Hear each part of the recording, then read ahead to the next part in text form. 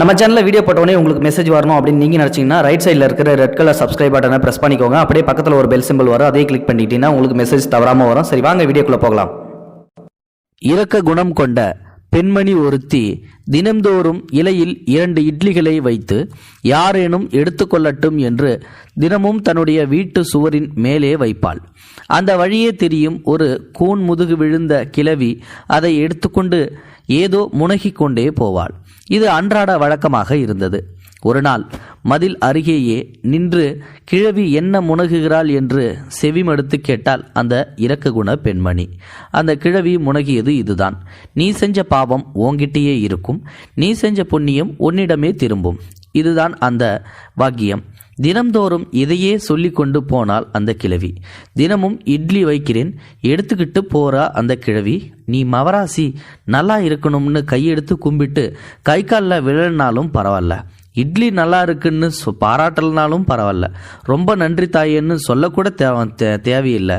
ஆனால் ஏதோ நீ செஞ்ச பாவம் வாங்கிட்டே இருக்கட்டும், நீ செஞ்ச புண்ணியம் உனக்கே திரும்பும்னு தினம் தினம் உளறிட்டு போறாளே இந்த கிழவி என்று எண்ணி புலம்ப ஆரம்பித்தாள் அந்த இரக்க குண பெண்மணி. இந்த கிழவிக்கு பைத்தியம் கீத்தியம் பிடிச்சிடுச்சா என்னன்னு தெரியலையே, இப்படி சொல்லிட்டு போகுதே என்று தினமும் அந்த கிழவியை நினைத்து வருந்துவாள் அந்த இரக்க குண பெண்மணி.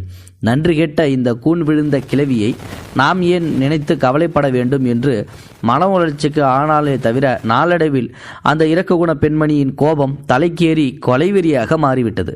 ஒரு நாள் இட்லி மேல் விஷம் வைத்து செத்து தொலையட்டும் என்று மதில் மேல் வைக்கப் போனாள். மனம் ஏனோ கலங்கியது, கை நடுங்கியது. அவன் அந்த கிழவி எப்படி சொல்லியிருந்தாலும் சே நாம ஏன் இப்படி ஆகணும்னு அந்த விஷம் கலந்த இட்லியை சாக்கடையில் எரிந்துவிட்டு வேறு நல்ல இட்லியை மதில் மேல் வைத்து மனம் அமைதியானாள். வழக்கம் போல கூன் விழுந்த கிழவியும் வந்தாள். இட்லியை எடுத்துக்கொண்டு வழக்கம் போல நீ செஞ்ச பாவம் உன்கிட்டயே இருக்கும், நீ செஞ்ச புண்ணியம் உன்கிட்டயே திரும்பும் என்று சொல்லிக்கொண்டே சென்றார் அந்த பெண்மணி. அவளை அப்படியே அறையலாம் என்று இருந்தது அந்த பெண்மணிக்கு. கிழவி இப்ப கூட இதுதான் சொல்லிட்டு போறாளே என்று. அன்று மதியம் கதவு தட்டும் சத்தம் கேட்டது. கதவை திறந்து பார்த்தால் அந்த இரக்க குண பெண்மணி. வாசலில் ஒரு வாலிபன் கசங்கிய உடையோடு தள்ளாடியபடி நின்று கொண்டிருந்தான். நன்றாக உத்து பார்த்தாள். அப்பொழுதுதான் தெரிந்தது, வேலையோடு தான் திரும்புவேன் என்று சொல்லிவிட்டு 1 மாதத்திற்கு முன்பு வேலை தேடி வீட்டை விட்டு சென்ற அவளது ஒரே மகன் என்று. அம்மா, வீட்டுக்கு திரும்பி வரும்போது என் பர்ஸு காணாமல் போயிடுச்சுமா. காலையில் காசு இல்லை, கையில் எனக்கு ஒத்த பைசா கூட இல்லாததால் காலையிலேயே பசி வேறையா, தெரிஞ்சவங்க யாரும் எனக்கு கண்ணில் படலாமா. மணிக்கணக்கில் நான் நடந்து வந்துக்கிட்டே இருந்தேன். நல்ல வெயில், அகோர பசிங்கிறதால மயங்கி விழுந்துட்டேன். கண்முழிச்சு பார்த்தா யாரோ ஒரு கூன் முதுகு விழுந்த கிழவி ஒருத்தி என்னை தூக்கி உட்கார வச்சு 2 இட்லி கொடுத்து சாப்பிட சொன்னான். இட்லி சாப்பிட்ட பிறகுதான் எனக்கு உசிரே வந்தது. இதை கேட்டதும் பேய் அறைந்தது போல் அதிர்ச்சி அடைந்தாள்.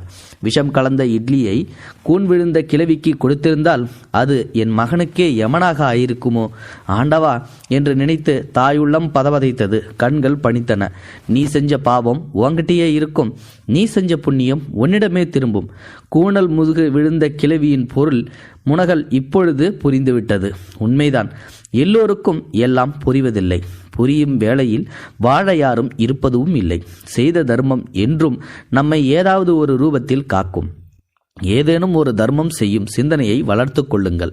வாழ்வில் தப்ப ஒரே வழி முகம் கோணாத தர்மமே. அதை நினைவில் வைத்துக்கொண்டு செய்யும் தொழிலே தெய்வம் என்றும் செய்யும் நம் தர்மம் என்றும் நமக்கு நன்மை தரும் என்றும் நினைத்து கொள்ளவும். இந்த வீடியோ பிடிச்சிருந்தா லைக் பண்ணுங்க, உங்க ஃப்ரெண்ட்ஸுக்கு ஷேர் பண்ணுங்க, கூடவே சேனலையும் சப்ஸ்கிரைப் பண்ணுங்க. தேங்க்யூ ஃபார் வாட்சிங். இரக்க குணம் கொண்ட பெண். இது போன்ற செய்திகளை உடனுக்குடன் நீங்கள் தெரிந்து கொள்ள மறக்காமல் எங்களுடைய சேனலை சப்ஸ்கிரைப் செய்யவும், கூடவே பக்கத்தில் வரும் பெல் ஐக்கானையும் கிளிக் செய்யவும்.